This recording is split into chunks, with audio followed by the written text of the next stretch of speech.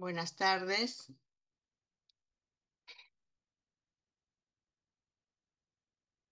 buenas tardes. ¿Me escuchan?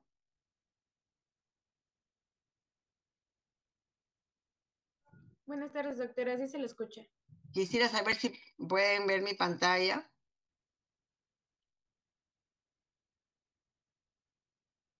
Sí se ve, doctora.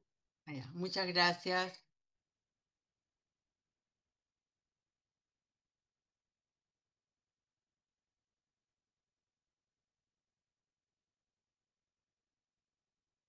Vamos a esperar 5 minutos para poder empezar porque todavía hay 63 nomás en la sala.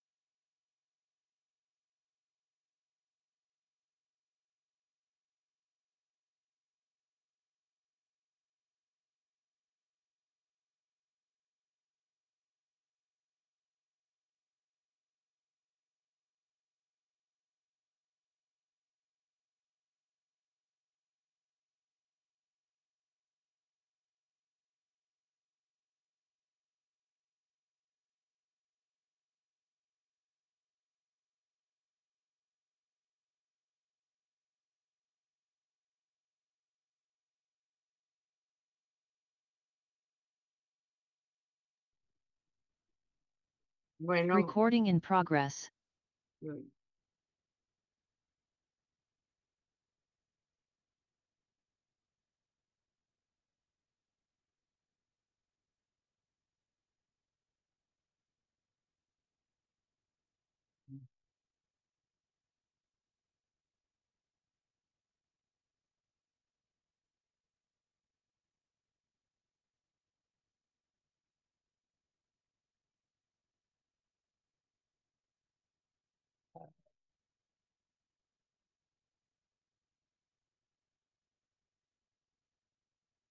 Buenas tardes con todos. Ven mi pantalla, ¿no? Buenas tardes, soy la doctora Castañeda y en esa clase vamos a hablar sobre síndromes purpúricos. Bueno, estos síndromes purpúricos son un grupo de enfermedades que ya sea por causa, ya sea vasculares o de plaquetas, van a dar lesiones de piel y mucosas por extravasación de hematíes, ¿no? La púrpura, todos conocemos, si son pequeñitas las lesiones en piel, menos de 4 milímetros, decimos son petequias, pero si son grandes, más de 1 centímetro, las llamamos de quimosis o de moretones. ¿Cómo se clasifican? En trombocitopénicas y no trombocitopénicas. Acá tenemos las no trombocitopénicas, en las cuales vemos que hay inflamatorias y no inflamatorias. Las no inflamatorias tenemos un grupo de malformaciones vasculares, por ejemplo, los hemangiomas. Los hemangiomas son crecimientos, ya sabemos, anormales de los vasos sanguíneos. Muchos niños nacen con marcas de nacimiento. Estos hemangiomas, muchas veces el niño nace con su hemangioma, va creciendo, tiene un periodo de crecimiento y luego decrece y muchas veces desaparece, ¿no? Se dice que son por factores de repente genéticos o ambientales. También otro tipo de no inflamatorio tenemos la enfermedad de Ehlers-Danlos. Es enfermedad que tiene hasta 18 variantes y es una enfermedad de trastorno de tejido conectivo. De repente en aquellos variantes que son las lesiones más leves, en los cuales vemos son personas que tienen una gran laxitud, ¿no? De articulaciones, tienen una piel muy elástica, pero en las variantes que son mucho más severas y que hay lesión de vasos sanguíneos, son personas que dicen que tienen la piel casi transparente y que son fáciles de hacer, pues, hematomas, hemorragias, incluso alteraciones severas de la arteria aorta. En las no inflamatorias tenemos la panenteritis nodosa, que es una vasculitis necrotizante de pequeños y medianos vasos. Es autoinmune y el problema es de que cuando hay una lesión se maneja y se cura, los vasos quedan muy rígidos y fáciles de romper, ¿no? También ocasiona lesiones en piel. Y tenemos el síndrome de Geno-Schönle, las colagenopatías, que son vasculitis de vasos pequeños. La púrpura de Geno-Schönle va a ser una patología que vamos a ver un poco más tarde. Luego también tenemos aquellas que son congénitas, ¿no? En las cuales dependen de plaquetas, pero no porque falten, sino porque hay alguna alteración en las plaquetas. Entre ellas tenemos las congénitas como la trombastenia de Glassman, cuyo número de plaquetas es normal, pero lo que pasa en la trombastenia de Glassman es que es una enfermedad autosómica recesiva, que hay una deficiencia de una integrina que hace que no se puedan agrupar ni adherir las plaquetas. En estos pacientes, por ejemplo, a veces tenemos problemas en banco de sangre porque se hace una lesión, viene sangrando, pedimos plaquetas al banco de sangre y el banco de sangre nos revisa y dice, no, si tiene 300.000 plaquetas, ¿para qué piden? Hay que explicarles de que puede tener 300.000 plaquetas, pero no son funcionantes. Igualmente, la enfermedad de Bernard-Soulier, que también es una enfermedad con herencia autosómica, también hay una deficiencia de una glicoproteína que esta es, es el principal receptor del von Willebrand. Entonces hace que no haya una agregación plaquetaria tampoco, ¿no? No haya ni agregación ni adherencia plaquetaria, ¿no? Entonces, y además se caracteriza esta porque tiene unos trombos muy grandes, ¿no? Tiene unas plaquetas que son macroplaquetas, ¿no?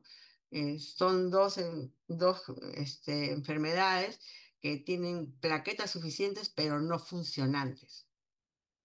Luego tenemos las adquiridas. Acá, bueno, el consumo de aspirina, todo el mundo sabemos y sabemos en los adultos, aquellos que tienen infartos y todo, se le da aspirina como integrante plaquetario. La aspirina y los AINES lo que hacen es que no reducen las plaquetas, sino reducen la capacidad que tiene la plaqueta para adherirse entre sí y formar coágulos. Por eso es de que se toma como antiagregante plaquetario y ya sabemos, ¿no? Que aquel paciente que toma aspirina y que va a ser sometida a una cirugía, se le pide que una semana antes deje de tomar la aspirina o los aires, ¿no? Luego las enfermedades hepáticas, que aquí los factores se refieren que son multifactoriales, porque lo que pasa en una enfermedad hepática son varias cosas, como que hay una disminución de la trombopoyetina, que se utiliza para fabricar las plaquetas. y también hay un hiperesplenismo que hace que las plaquetas tengan una vida mucho más corta, entonces es más fácil los sangrados. Y luego tenemos la uremia. En la uremia pasa algo igual que cuando uno consume aspirina, ¿no? Se dice que las toxinas urémicas interfieren también con la adherencia y la agregación plaquetaria, ¿no? Luego acá tenemos las trombocitopénicas, ¿no? Las que hemos visto son las no trombocitopénicas. Acá puede ser por aumento de destrucción. Acá inmunes y no inmunes. Las inmunes sería la púrpura trombocitopénica idiopática o PTI. Acá la púrpura trombocitopénica la vamos a ver de un momento, que es la más frecuente que hay en la infancia, pero después tenemos también las inmunes el HIV, el ES, que el sistema inmunitario como está alterado, vemos que ocasiona también destrucción de plaquetas. Y luego las no inmunes, el ya conocido por ustedes síndrome urémico hemolítico, en donde sabemos que el daño es en el endotelio del vaso y este daño del endotelio lleva a que haya una agregación plaquetaria con formación de microtrombos, ¿no? Que nos van a llevar a lo que después es el problema del CHU, que es una ira, y hay una disminución de plaquetas. Luego también tenemos un síndrome un poco más raro, el de Casa-Bach-Merry, que es un hemangioma muy grande. Pero ¿qué pasa en este hemangioma? Ese hemangioma tiene una proliferación anormal en su endotelio. Entonces, esta proliferación anormal en su endotelio hace que las plaquetas se queden atrapadas y van creciendo, ¿no? Y van creciendo, van disminuyendo y a la vez va creciendo este hemangioma que es el síndrome de Casabas, ¿no? Entonces, hace que se formen coágulos y las plaquetas se van destruyendo porque se van quedando atrapadas en el hemangioma. En el SEIDE, como dice su nombre, se activa el sistema de coagulación, es una coagulación intravascular diseminada en donde al activarse el sistema de coagulación se forman múltiples coágulos con atrapamiento y disminución de las plaquetas. Luego también acá en las no inmunes los reemplazos valvulares, especialmente en la válvula aórtica, cuando hacen el reemplazo valvular, como es algo extraño que se pone, a veces se ocasiona una circulación turbulenta que hace que se puedan destruir las plaquetas. Luego, aquellas que tenemos que son defecto de producción de plaquetas. Acá también hay congénitas y hay adquiridas. Entre las congénitas tenemos la anemia de Fanconi. Esta anemia de Fanconi que es una enfermedad cromosómica recesiva, en donde lo que hay es una alteración del ADN y que hace que eh, haya que evoluciona como una insuficiencia medular progresiva.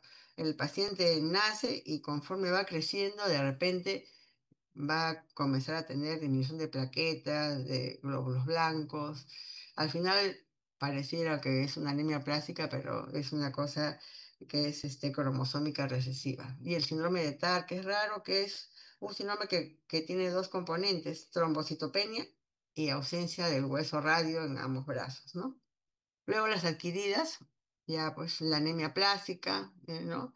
En la cual tenemos las tres series disminuidas, la leucemia y todo lo que es infiltraciones medulares, el linfoma, por ejemplo, que tiene una infiltración medular, entonces aquí también vamos a tener por falta de producción de las plaquetas, y luego las infecciones como el VIH, el parvovirus 19. En estas infecciones lo que pasa es que sabemos que se activa el sistema inmunológico y en algunas veces habrá destrucción de plaquetas y en otras veces podrá ser disminución de la producción de médula en la médula ósea, ¿no? Hemos tenido pacientes con VIH que han llegado y solamente lo que veíamos era disminución de plaquetas, ¿no? Y después ya haciendo la historia y viendo qué es lo que pasaba con el paciente, hemos llegado al diagnóstico incluso de VIH. Acá vemos lo que son los síndromes purpúricos, tanto petequias como las equimosis o moretones, que son lo que nosotros conocemos. Vamos a ver un caso clínico. Se trata de un paciente de 4 años, ¿no? Que viene con su mamá, porque su mamá lo trae porque ha notado que tiene lesiones en piel, pero básicamente en nalgas y en miembros inferiores desde el día de ayer. Y hoy lo que se ha agregado es un dolor de rodillas, por eso lo trae al hospital. no tiene fiebre y no, la madre dice que no tiene ningún otro síntoma. O sea, un niño de 4 años que viene por lesiones que son de la cintura para abajo y que tiene un poco de dolor de rodilla. Como antecedente importante, solamente la mamá dice que hace 10 días estuvo resfriado y ella lo manejó con su paracetamol, solamente con sintomáticos. En el examen clínico nosotros le observamos una frecuencia de 80, respiratoria de 28, está febril, despierto, hidratado, en buen estado general. Vamos a la piel, que es el motivo, y encontramos que hay lesiones purpúricas, pero que son confluentes. Incluso podemos palparlas, no duelen y básicamente las encontramos bastante en nalgas y en miembros inferiores. Y vemos las rodillas, que es otro motivo por el que ha venido. Y bueno, hay dolor cuando el niño la moviliza, dice, me duele cuando la movilizo, pero no observamos ningún signo inflamatorio, no está rojo, no está dermatizado, no tiene ningún signo específico, ¿no? Esas miden las lesiones, como les describía, son lesiones confluentes que si pasamos la mano vamos a poder palparlas y si miran en el lado derecho, se ve claramente que es de la parte glútea hacia abajo. El tórax está respetado. Eso se trata de una púrpura de Genosole, ¿no? También es una vasculitis por inmunoglobulina A y una vasculitis leucocitoclásica, porque si ustedes van a pedir biopsia del paciente, el patólogo va a decir es una vasculitis leucocitoclásica por acúmulo de IgA. Es la vasculitis que es más común en la infancia y va arterial, sobre todo arteriolas, vasos chiquitos, arteriolas, capilares y venas, que a la hora que se juntan hacen que las lesiones sean palpables y más y grandes, ¿no? Como hemos visto, ¿no? Es inmunológica, autolimitada y mayormente es benigna, mayormente, no tiene sus complicaciones. La etiología es desconocida, ¿no? Suele seguir después de un cuarto respiratorio viral, pero también se describe que puede ser después de algún cuadro que ha tenido, por ejemplo, una faringitis por estreptococo, o después de un cuadro viral, varicela, Epstein-Barr, uso de penicilinas y alguna vacuna, especialmente las virales o picaduras de insectos, ¿no? Se describe que también algún paciente puede presentar alguno de estos antecedentes. Se observa más entre los 3 y 15 años, más en varones que mujeres, ¿no? En la patogenia, se describe que el problema parece que es que el sistema inmunitario se altera, dando como resultado una inflamación y hace que en los vasos sanguíneos se deposite inmunoglobulina A, especialmente piel, riñones, pero realmente puede ser en todo el organismo, en cualquier órgano y que eso es lo que apreciamos si hiciéramos una biopsia, ¿no? Un depósito de IgA en los vasos. Tenemos que las lesiones más frecuentes van a ser en piel, pero puede ser en todo el organismo, ¿no? Entonces en piel vamos a ver que son lesiones confluentes, ¿no? Que son lesiones palpables, que son lesiones no dolorosas, ¿no? Y que van a durar más o menos de 2 a 3 semanas. Pero también, como ha visto nuestro paciente, en la piel es casi 100% de niñitos que van a llegar con esas lesiones, ¿no? En nuestro paciente ha visto que hay artralgias, porque sí, pueden haber artralgias, especialmente siempre en la parte inferior del cuerpo, rodillas y tobillos, y que muchas veces pueden aparecer antes de que aparezcan las lesiones purpúricas, pero que ustedes van a revisar con este niñito y no se les va a encontrar ninguna otra sintomatología que el dolor nada más, ¿no? Pero, como hemos dicho que puede ir a todo el organismo, también hay síntomas gastrointestinales. Hay pacientes incluso que llegan a la emergencia por dolor abdominal, solamente consulta por dolor y a la hora que vamos a examinarlo, como a veces son niños de 10 11 años que la mamá no se da cuenta, no los ha visto, los trae por dolor abdominal y a la hora que vamos a examinar el abdomen y lo descubrimos al niño, descubrimos que también tiene lesiones en la piel, ¿no? Lesiones típicas de la púrpura de Genosonle. Y ese dolor abdominal puede ser leve, como puede ser también muy intenso. Algunas veces hemos tenido que hospitalizar niños que ya tienen dolor intenso, náuseas, vómitos y excepcionalmente puede haber una hemorragia gastrointestinal. Otra cosa que se puede afectar es al renal y ahí sí tenemos que estar muy atentos. Algún porcentaje de niños desde que llega puede tener hematuria. Incluso solamente vemos que tienen lesiones, pero si les hacemos un examen de orina, vemos hematuria. Y en algunos pacientes incluso comienzan con proteinuria. Y esa proteinuria que al final puede ir al rango nefrótico y que la persistencia de esta proteinuria eh, el rango nefrótico va a marcar de repente predictivamente que veamos que este paciente puede ir en insuficiencia renal. Realmente es pocos pacientes, pero sí hemos visto pacientes con púrpura de Haenel-Schönle que empezaron con hematuria, proteinuria, y esta proteinuria no se dio y fue hasta insuficiencia renal. Son pocos, pero sí se presentan, ¿no? Entonces es algo que hay que estar presente porque esta afectación renal podemos no verla al principio porque puede aparecer, dicen, en cualquier momento los 3 primeros meses desde que uno empieza la enfermedad. Entonces vamos a tener que estar atentos con la función renal de estos pacientes que tienen esta patología. Y hemos dicho que también a otros lugares podemos ir, podemos tener alteraciones pulmonares raras, con una neumonía intersticial por hemorragia pulmonar, con signos pulmonares. Puede haber incluso sangrado a nivel de escroto, con dolor que se meje a una torsión testicular, o también puede ir al sistema nervioso central, ¿no? Dando cefalea. Puede haber una leve hemorragia que da esto de hipertensión endocraniana, ¿no? Es otras manifestaciones más escasas, pero sí pueden presentarse y hay que estar atentos. El diagnóstico es básicamente clínico. No hay ningún examen de laboratorio, ¿no? que tomemos de sangre que nos diga sí, es una púrpura. Entonces, como ustedes ven y han visto, si vemos las lesiones típicas con un dolor de rodillas, diremos es una púrpura si hacemos un buen examen clínico, porque sabemos que no solamente va a ser la rodilla y va a ser la piel, de ver que no tenga lesiones ni molestias en otro sistema, como el sistema neurológico, como en el testículo, como en el abdomen, ¿no? Entonces va a ser nuestro examen clínico lo que vamos a hacer y lo que nunca podremos evaluar va a ser la hematuria, o sea que definitivamente tenemos que pedir un examen de orina para ver si hay afectado el riñón. Entonces hacemos nuestro buen examen clínico y nuestro examen de orina. A este paciente, por ejemplo, que hemos visto que ha llegado con las lesiones de piel, con dolor de rodilla, vamos a decir una púrpura de Haenel-Schönle, pero le voy a pedir su examen de orina porque tengo que evaluar la función renal desde que inicia la enfermedad.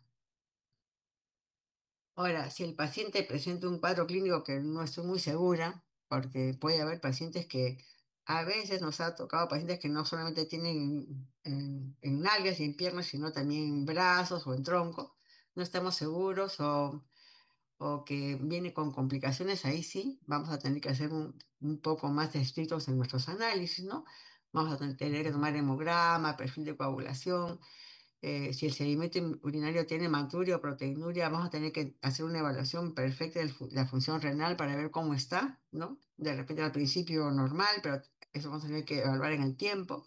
Si tenemos una sospecha de que hay una complicación digestiva, el paciente viene con mucho dolor abdominal o dolor testicular, tenemos que ir a imágenes, radiografía, ecografía, tomografía.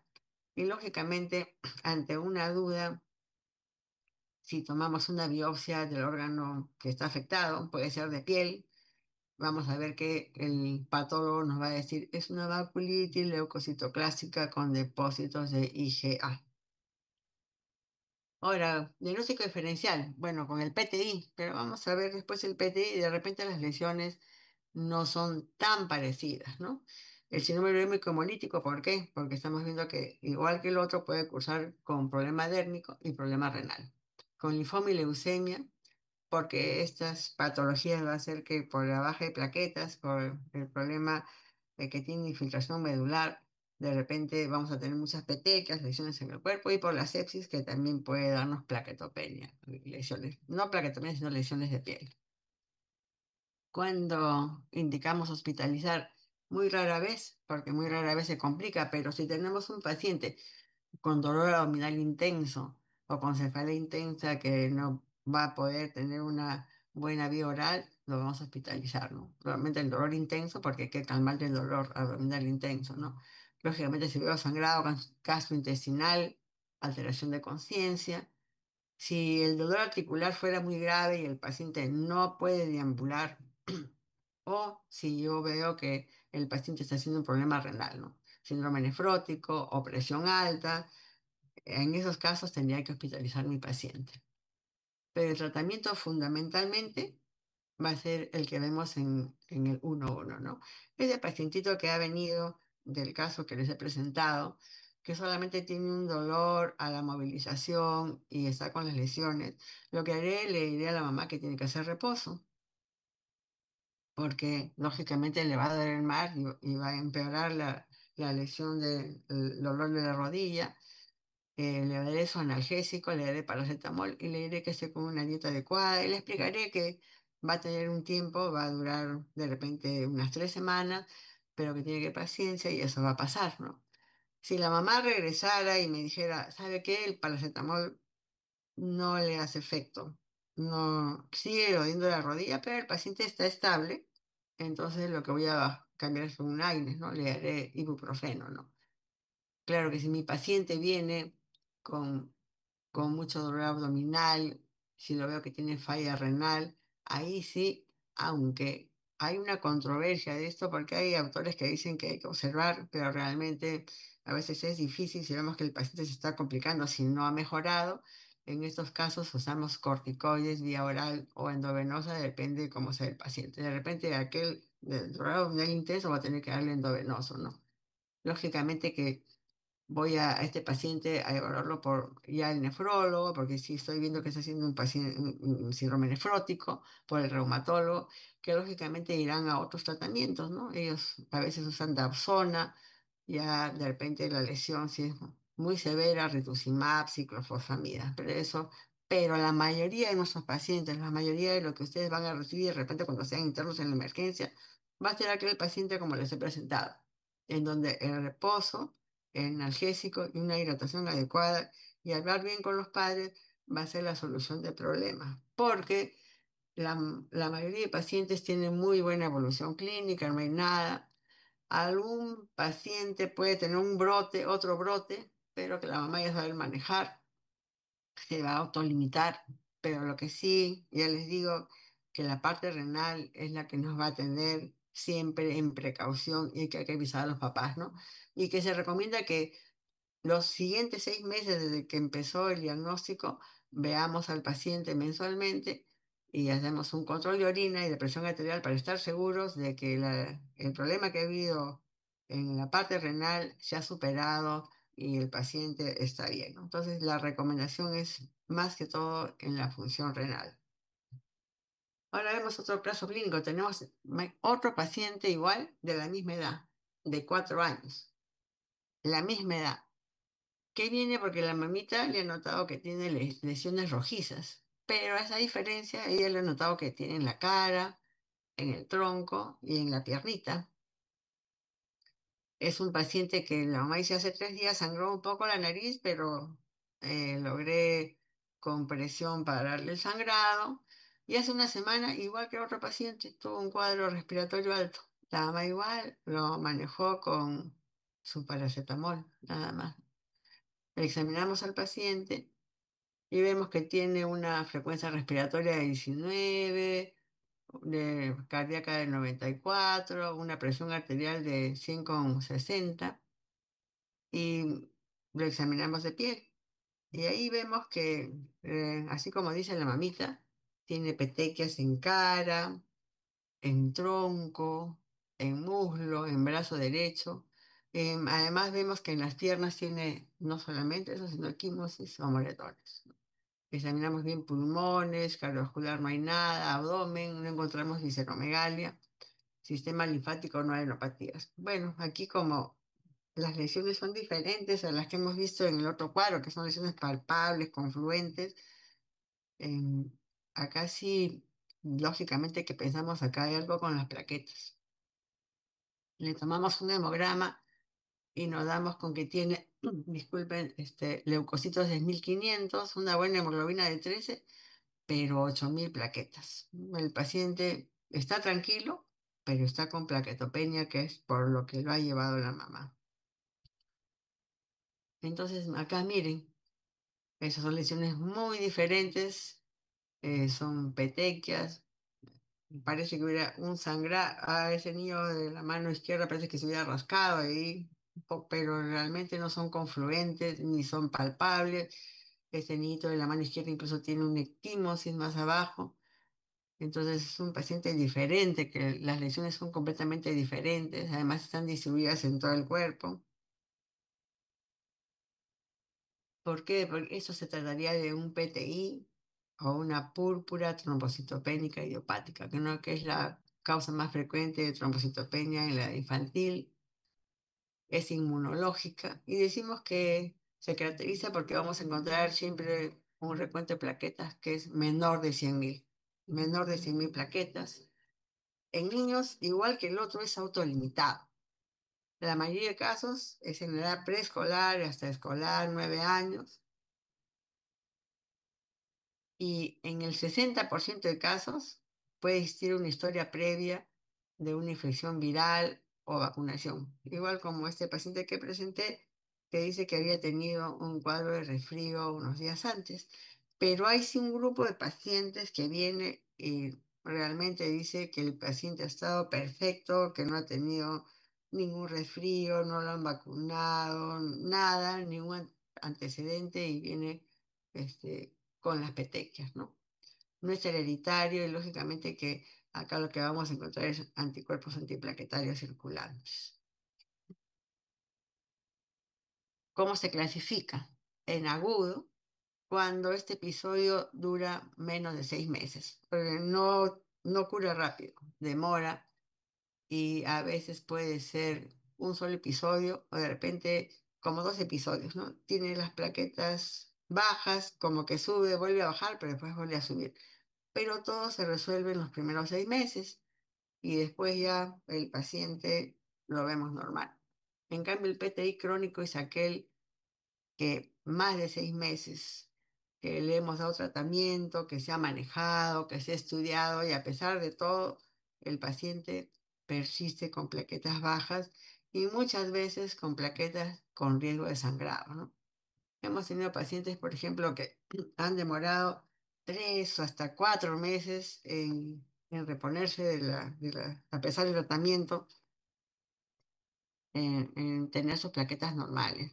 Pero he tenido oportunidad de verlos después en emergencia, que han regresado después de un año y he tomado por ya más curiosidad exámenes y las plaquetas ya estaban normal, son episodios aislados que no se repiten. El cuadro clínico en la anamnesis, como les digo, puede ser que como este paciente trae algún antecedente de un problema viral o una vacunación, especialmente de las vacunas de virales, pero a veces el paciente no tiene ningún antecedente, nada que explique por qué ese día la mamá ve que tiene petequias en el cuerpo.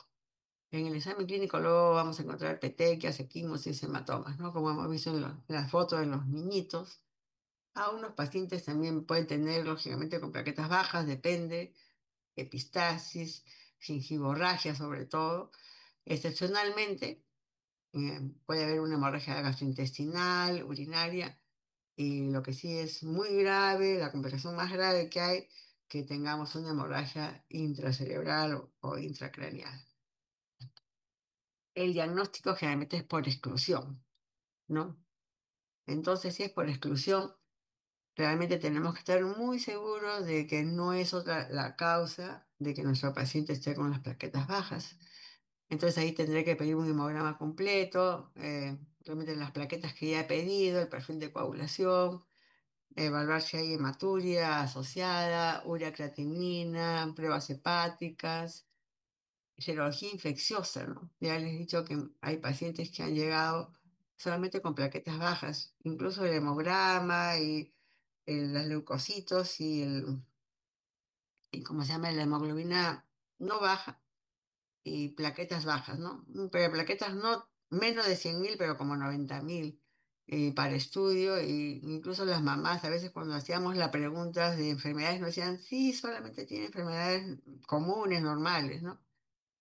Y al final, haciendo un buen estudio, hemos visto que esas enfermedades comunes, normales, eran muy repetitivas, ¿no? Niños de 8 o 9 años que todos los meses estaban atendiéndose por diarrea, por faringitis, por laringitis, y al final, pensando que había una inmunodeficiencia, hemos tomado análisis y decía era un paciente con HIV, ¿no?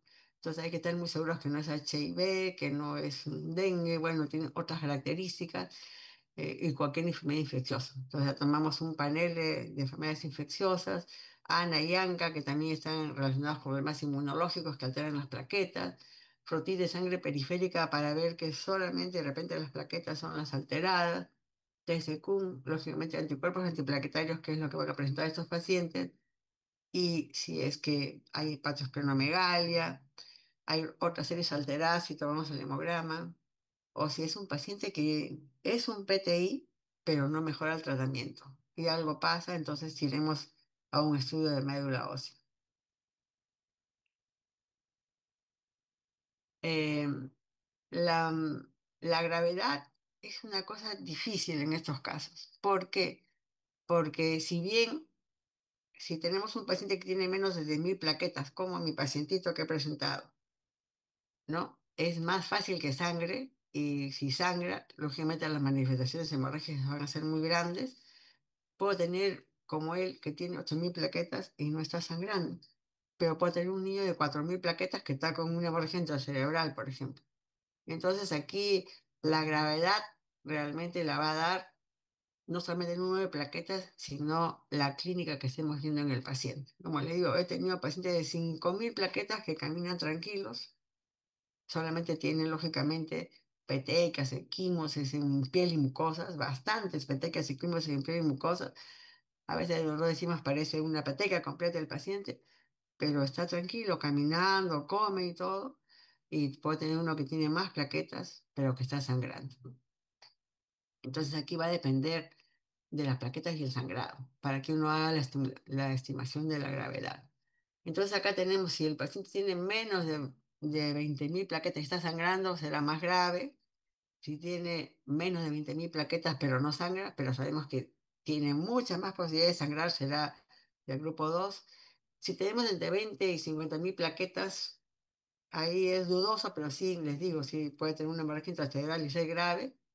Pero los hematólogos dicen que los que tienen más de 50.000 plaquetas es más difícil que sangre. No imposible, pero más difícil que sangre.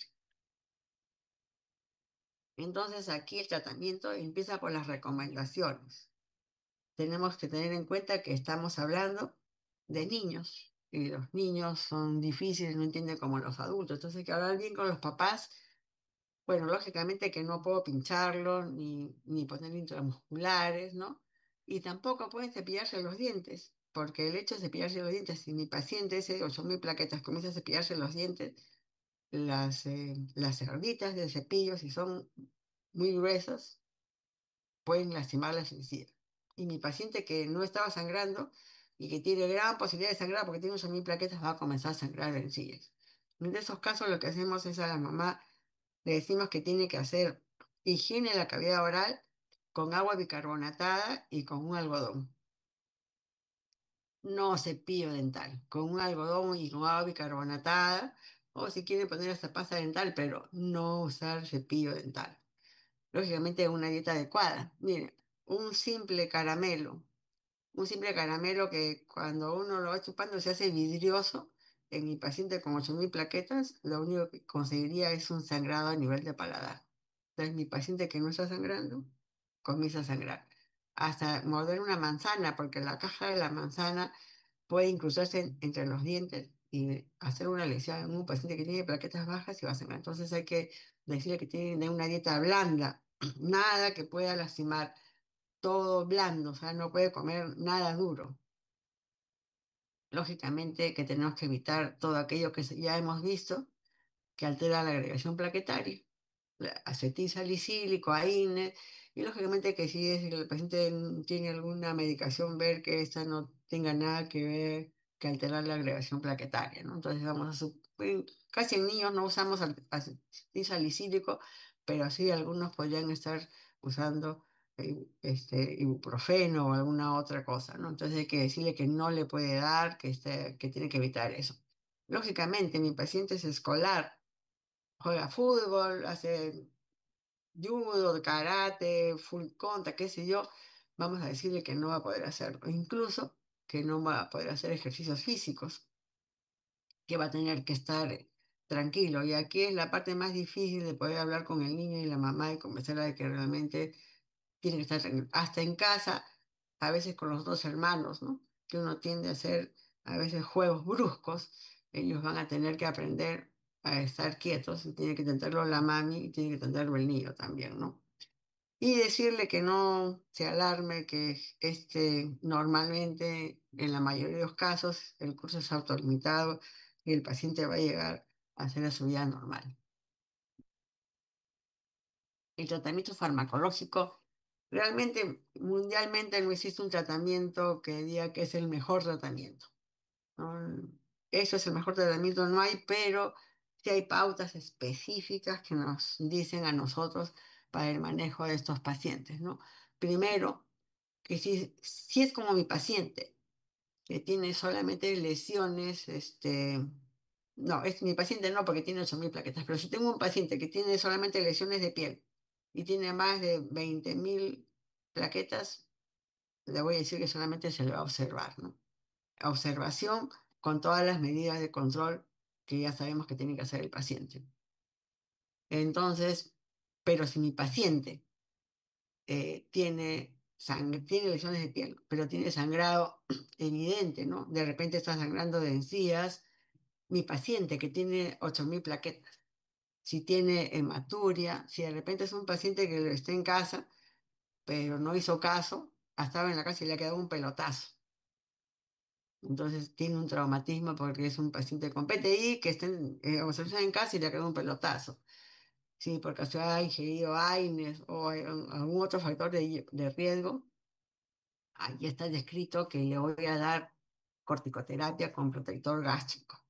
Por vía oral, prednisona. Los primeros días la dosis es un poco alta, entre 2 y 4 miligramos por kilo por día, máximo 180 miligramos en total. Eso, como es bastante, hay que dividirlo en 3 dosis, ¿no? Con un buen protector gástrico. Y luego de los 3 o 4 días, bajar a 1 o 2 por kilo, que eso sí a veces se puede dar en una sola toma y lo vamos a persistir en 2 semanas. Pero yo a las 72 horas le he hecho un hemograma a mi paciente para ver si hay buena respuesta, ¿no? Entonces, si hay buena respuesta, continúo con mi prednisona vía oral. En vía oral hasta completar 3 semanas. En el paciente que está bien, que dejó de sangrar, que ya no tiene sangrado mucocutáneo, ¿no? Que de repente las plaquetas se han podido subir un poco, ya no hay hematuria y ya el sangrar, el traumatismo pasó, tiene su equimosis, pero ahí quedó. Entonces sigo con mi tratamiento vía oral por 3 semanas, porque lo he evaluado, la respuesta, ¿no? En los casos que por casualidad no pueda dar vía oral, puedo usar metilprednisolona. ¿Y cómo hacer con la metilprednisolona?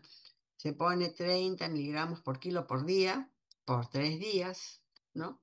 Ponemos en 3 días en bolos de 1 hora, siempre controlando, acuérdense, la presión arterial por ser corticoide, estar dándolo en altas dosis, ¿no? Y luego de ahí puedo pasar de repente a vía oral a mi paciente. Entonces, eso sería en aquel paciente de riesgo, pero con un sangrado, un poco sangrado, ¿no?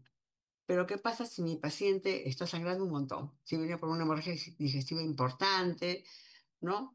O, o está con sangrado gingival, pero ya le da el corticoide y a las 72 horas o antes veo que no hay una buena respuesta al tratamiento, entonces ahí vamos a usar inmunoglobulinas. Ahí no es TB, sino endovenoso. Inmunidad endovenosa, que lo que damos realmente es 1 miligramo por kilo de peso, en una infusión única que se da hasta 8 horas. Nosotros preferimos darlo en 8 horas. ¿Por qué? Porque sabemos que la inmunoglobulina es una colección de inmunoglobulinas que se ha sacado de varios pacientes. Entonces tiene sus efectos secundarios también. Hay pacientes que pueden tener cefalea o malestar, un poco de dolor abdominal, pero a otros que sí puede llegar hasta hacer un choque anafiláctico. Entonces, cuando damos la inmunoglobulina en perfusión, lo que hacemos es, las primeras horas, damos a una infusión muy bajita, muy poquito, viendo cómo tolera el paciente.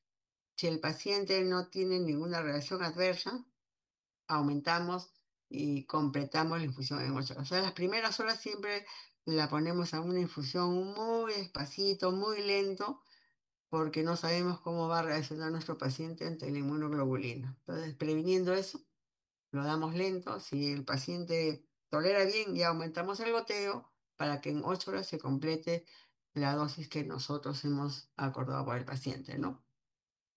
Y a las 24 horas que terminó eso, vemos cómo está mi paciente, si ha reaccionado. Si no, incluso dice que podemos dar una segunda dosis y asociarlo a corticoides, ¿no? La transfusión de plaquetas, aunque lo más lógico que podamos pensar, ya bueno, si las plaquetas son las que están fallando, si tiene 8.000 plaquetas, ¿por qué no le doy plaquetas? Las plaquetas están solamente indicadas en ciertas cosas muy específicas. ¿Por qué? Porque acuérdense que hay anticuerpos antiplaquetarios y el hecho de ponerle plaquetas que también son extrañas al organismo hace que se formen más anticuerpos antiplaquetarios. Entonces, realmente en pacientes multitransfundidos de plaquetas, especialmente en las épocas que no se usaba todavía la inmunoglobulina, que lo único que hacían era transfundir de plaquetas, tenían tantos anticuerpos antiplaquetarios que, por ejemplo, mi paciente este de 8.000 estaba sangrando, lógicamente decía, ya, voy a ponerle plaquetas. Y le poníamos plaquetas, le tomabas un control posterior y en lugar de sus 8.000, a veces tenía 5.000, habían bajado. O sea, habíamos activado mal los anticuerpos antiplaquetarios y había bajado.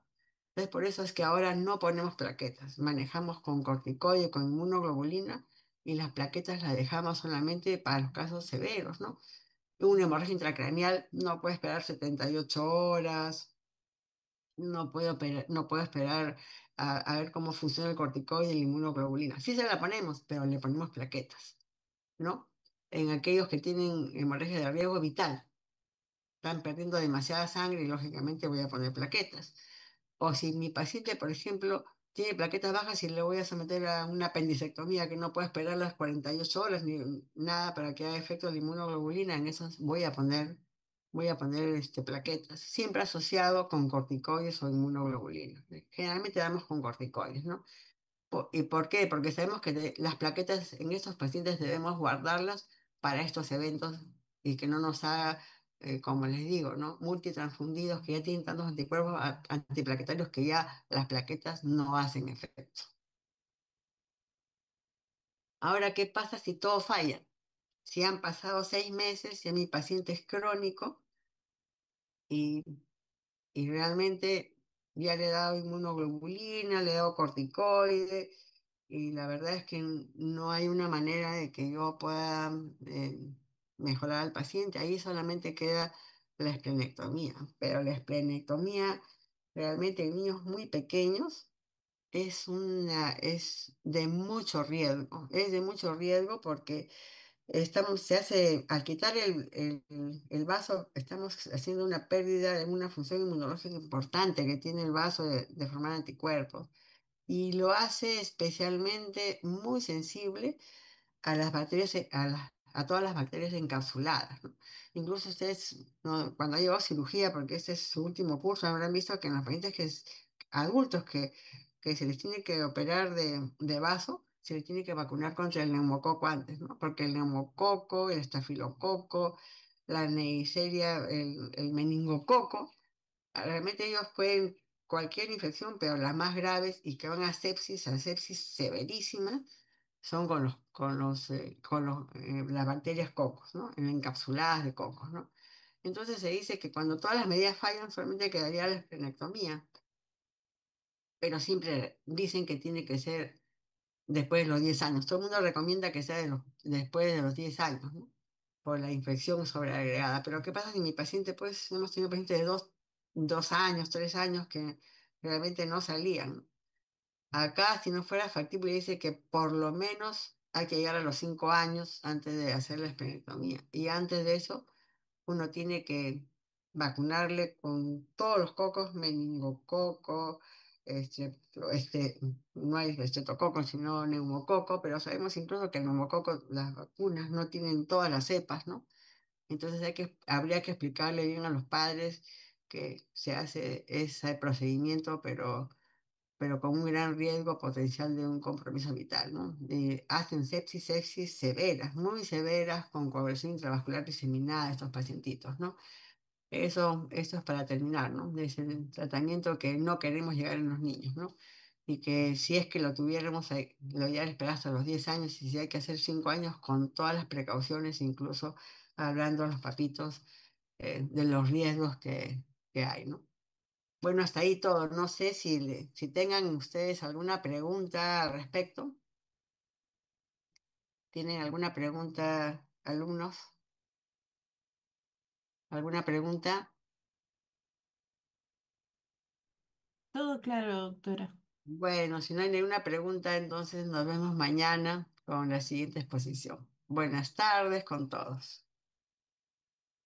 Gracias, doctora. Hasta luego. Hasta luego.